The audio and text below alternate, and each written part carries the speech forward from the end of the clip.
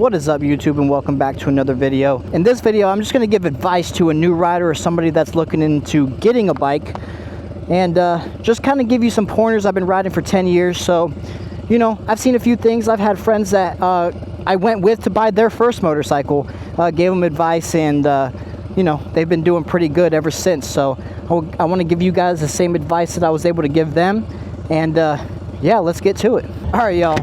My first bit of advice is stay away from standing water in the summer if you're in Florida, because the mosquitoes are ridiculous. So before we get into any kind of riding specific things, the first thing I want to do is say, get ready to take some pictures, man. You're gonna love your bike, right? So maybe turn it into more than just riding a motorcycle. You know, it creates this new hobby for you, you can expand it in so many different ways. For me, I took it video route, but you can take it picture route or photography, videography, Instagram. You meet new people, have a whole bunch of things, but make sure you document your journey, and whether that's through pictures, video, or a combination of both, you won't regret it. So that's advice number one, really. If you've never ridden before, make sure you buy a bike that isn't solely just for beginners, okay? That doesn't mean leader bike, but I made a video quite a while ago now. I might make an updated version, but time and time again with all of my friends that did start riding and bought a beginner bike, they sold it within months.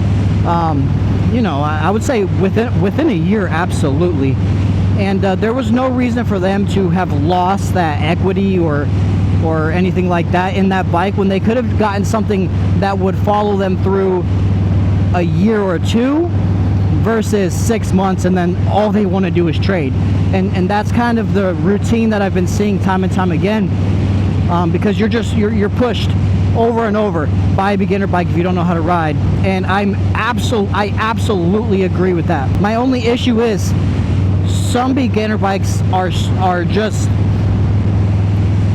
there's nothing to grow into. Once you understand the basics, there's no learning curve to it. There's no more you know, growing into the bike. So you grow into a beginner bike very quickly, and then it's just, all right, I want a new bike.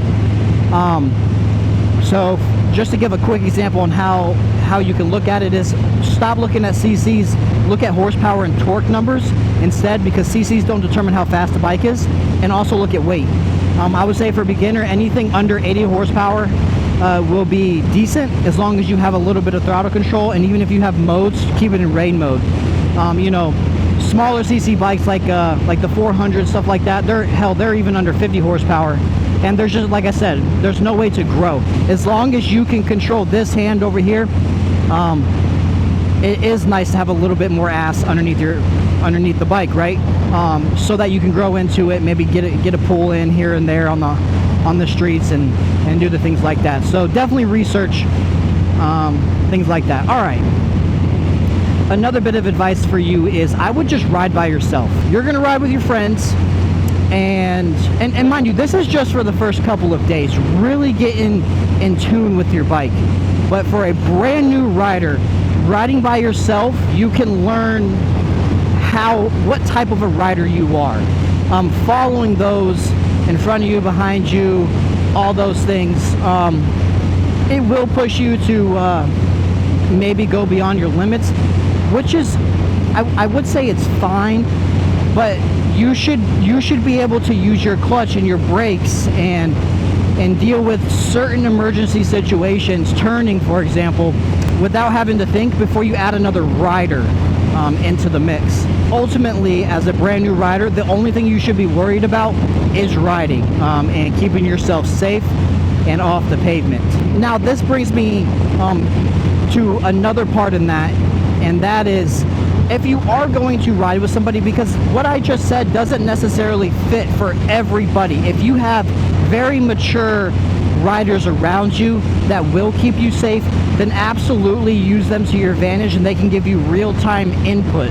So that brings me to another thing, is pick and choose very wisely when you ride, especially as somebody who's still learning how to feather their brakes in an emergency situation and things like that.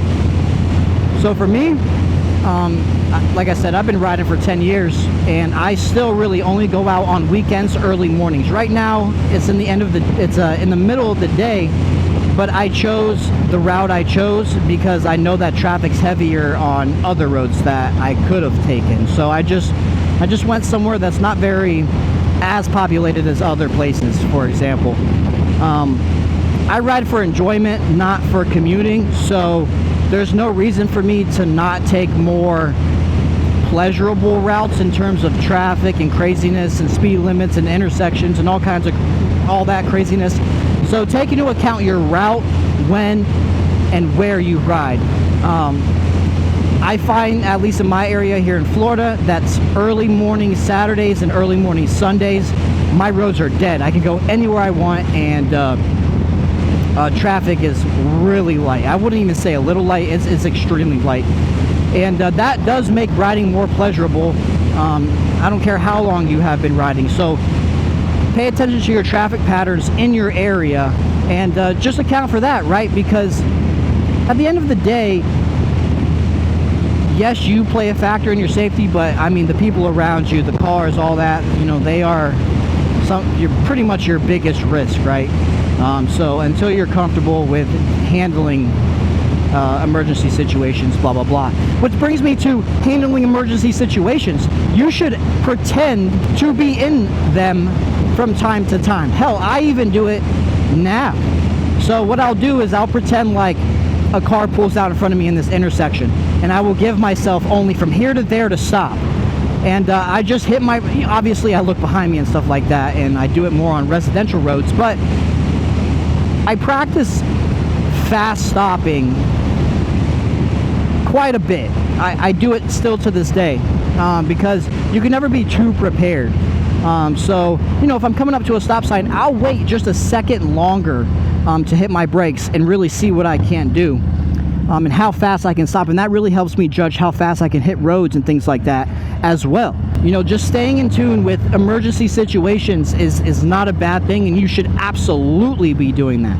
My bike, for example, doesn't have ABS, so it will take me longer to stop than with a bike that does have ABS. Quick pit stop for some gas here, and we'll keep it going.